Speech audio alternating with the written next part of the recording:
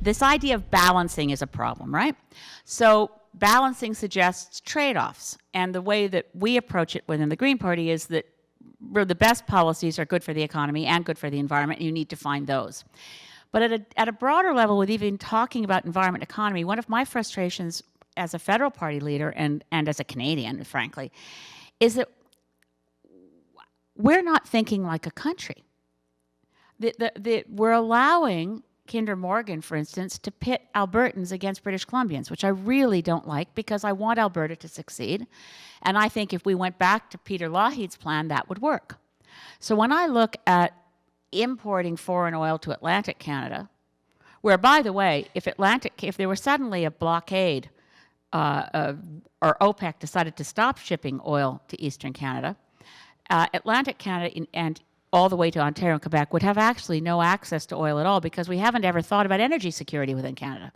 I once, when I was allowed to ask a question on one of the parliamentary committees when one of the committees was studying pipelines. They don't always let me ask questions, but I got to ask this question: what would you do?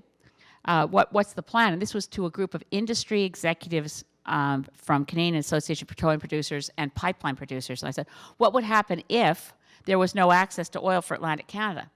They said, oh, that wouldn't be a problem. We'd just get the tankers and we'd bring them down from the Pacific. We'd go through the Panama Canal and we'd come up the other way. I said, there's something very wrong when Sir John A. Macdonald understood the notion of east-west connectivity and why it mattered to build a railroad.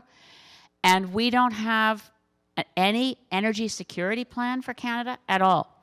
It's not in the National Energy Board's mandate anymore to pay attention to national energy security.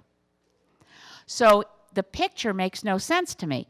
Why would we be trying to ship out a low-value product called bitumen, which, by the way, we're always told there's this massive economic boom.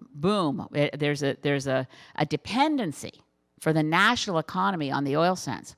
At its peak of productivity, of course, it's in a decline now, and it's going to continue to decline. But at its peak of productivity, the Alberta oil sands contributed 3% to Canada's GDP. Public services provide 40% of our GDP. Tourism provides roughly as much GDP as the oil sands. But we never hear that tourism is the backbone of the Canadian economy. It actually employs far more people.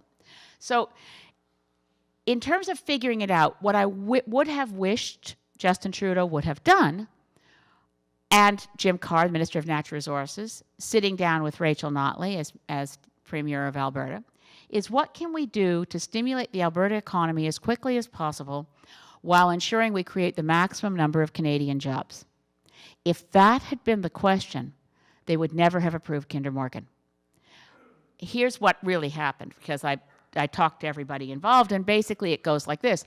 It's very personal, really, when you talk to them, the ministers and PMO people and everybody.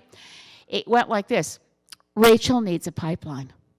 No, Rachel needs a pipeline. I said, Rachel may think she needs a pipeline. Rachel needs refineries. No, Rachel needs a pipeline.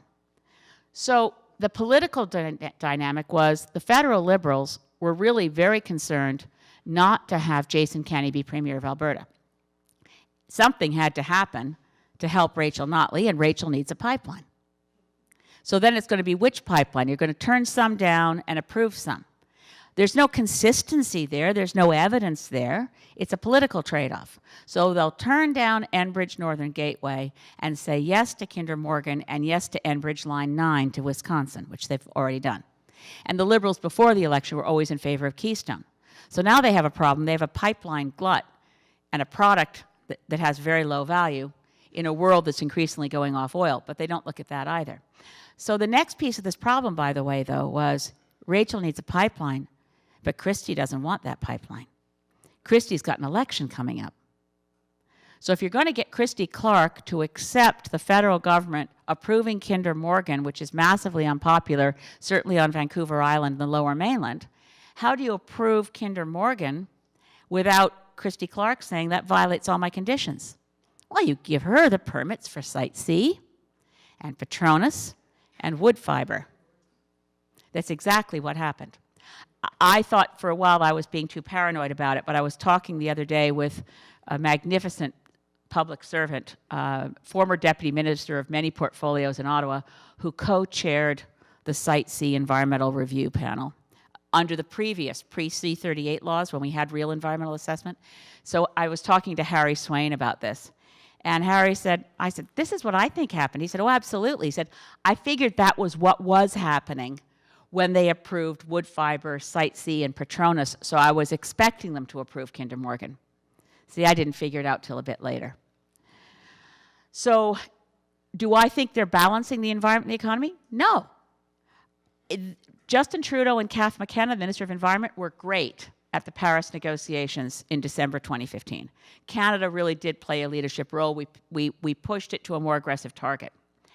And the Liberal platform on climate was thin, but Justin Trudeau's committed to doing every piece of his thin platform, one of the key pieces being a national carbon price. So that's the other piece of the trade-offs here. Getting Alberta and BC to go along with a national carbon price involves approving so many fossil fuel-based greenhouse gas producing projects that the carbon price will be swamped by the projects they've approved that increase greenhouse gas emissions.